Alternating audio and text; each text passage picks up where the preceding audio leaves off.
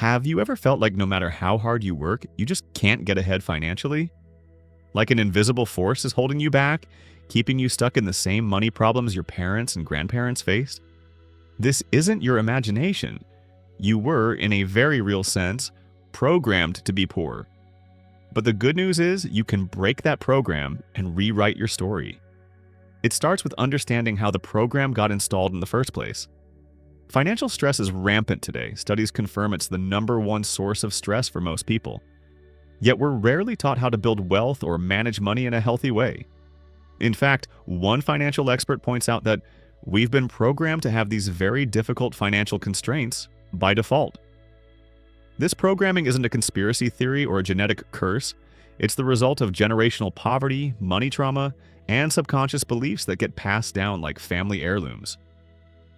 Before you blame yourself for your financial struggles, let's expose this hidden programming and learn how to break free from it.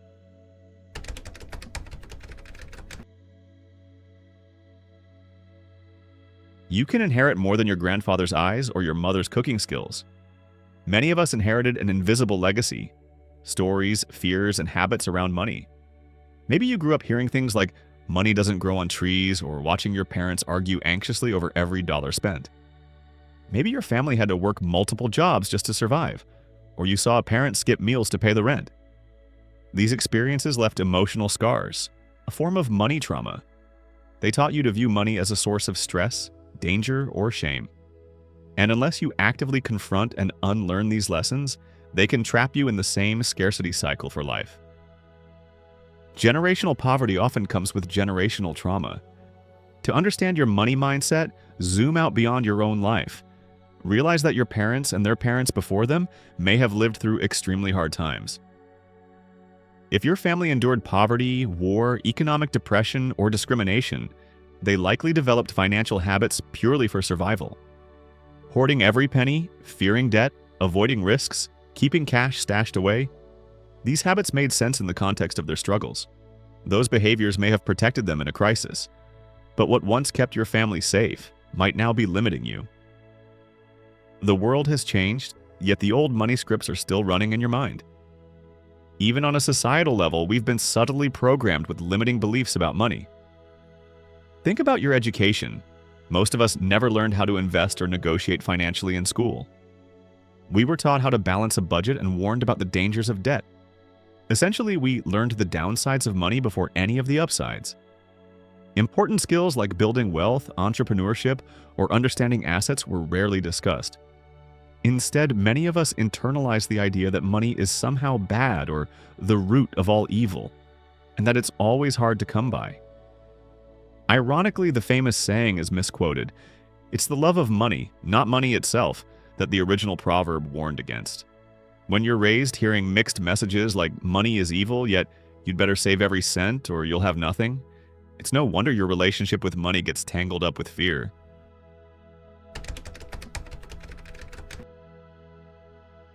The first step to change is awareness. Ask yourself, what money truths did I absorb growing up? Who handled money in my home and how did they behave? Did you see bills cause fights or tears? Was spending on anything fun met with guilt? Was money talked about openly or treated as a taboo subject? Every family has a money story, and those stories quietly write the software in your brain. You can't rewrite a story you don't realize is playing, so it's crucial to identify the beliefs that are running your financial life.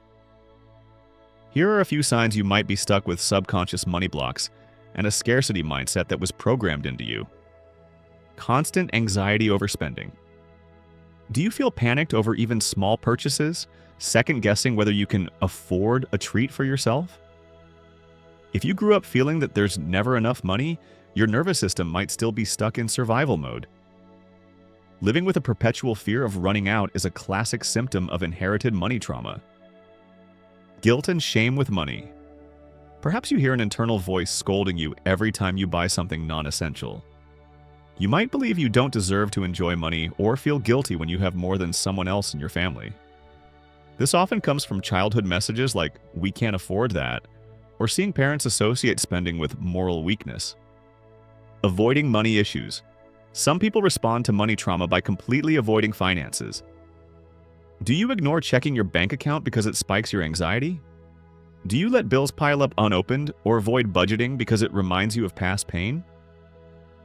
This avoidance is a defense mechanism. If money caused stress or fights in your upbringing, your brain tries to shield you by tuning it out. Unfortunately, ignoring money issues only leaves you powerless to change them. Extreme frugality or hoarding. On the flip side, you might micromanage every penny, refusing to spend even when you have a surplus. Being extremely frugal can feel responsible, but it may be driven by the fear-based belief that disaster is always around the corner. This is learned behavior.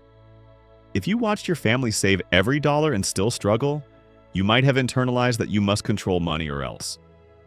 You might even believe that struggling is noble and wanting abundance is greedy. Such beliefs act like chains on your potential. If some of these patterns sound familiar, take heart. None of these traits mean you're bad with money or destined to stay broke. They mean you're human and you learned some flawed lessons about money along the way. The key is to recognize these subconscious blocks for what they are: outdated programs. They were given to you without your consent, often by people who meant well, but were dealing with their own fears. Now you have the power to uninstall and replace them.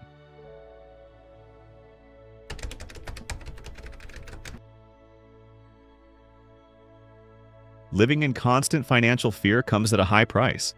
A scarcity mindset, the deep belief that there's never enough, can sabotage your life in ways you don't even realize. It can cause you to pass up opportunities because they seem too risky or not for people like us. It might make you settle for low-paying jobs your whole life because you underestimate your worth. It can strain your relationships, for instance, if you and your partner constantly fight about pennies, and even harm your health through chronic stress. In fact, chronic financial stress isn't just an emotional burden. It's been linked to serious health issues and reduced lifespan. In other words, these money wounds can literally make us sick. When you're programmed with scarcity, you operate in survival mode. You might think you're being responsible by being ultra cautious with money, but often this mindset backfires. For example, fear might keep you from investing or pursuing a better career because you're terrified of loss or failure. Or it makes you so focused on saving pennies that you never take time to improve your earning potential. As self-made millionaire T. Harv Eker famously said, "You can't become rich by focusing on saving, you become rich by focusing on earning." The truth is, wealth isn't created by never spending. It's created by expanding what you earn and wisely investing. If your inner script only says, save, save, save because there's never enough, you're blocking the other half of the equation: growth. Worse, a scarcity program can convince you that wanting prosperity is wrong. You might catch yourself thinking rich people must be greedy or dishonest, or feeling envious and resentful of anyone who has more.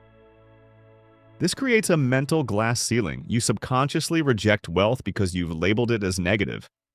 It becomes a cycle. You're poor, so you hate money, and because you hate or fear money, you stay poor. To break out, we need to shatter the illusion that money itself is bad or that abundance is out of your reach. Having money isn't evil, and not having money isn't virtuous. In reality, money is a tool. It takes on the character of the person using it. If you're a good-hearted person, having more money will allow you to do more good. It's time to replace the mindset of scarcity with a mindset of abundance and possibility. Remember, wealth isn't the opposite of responsibility. It's what happens when you stop living in financial fear. When you break free from the mental chains telling you that you'll never have enough, you open up space to actually create enough, and then some.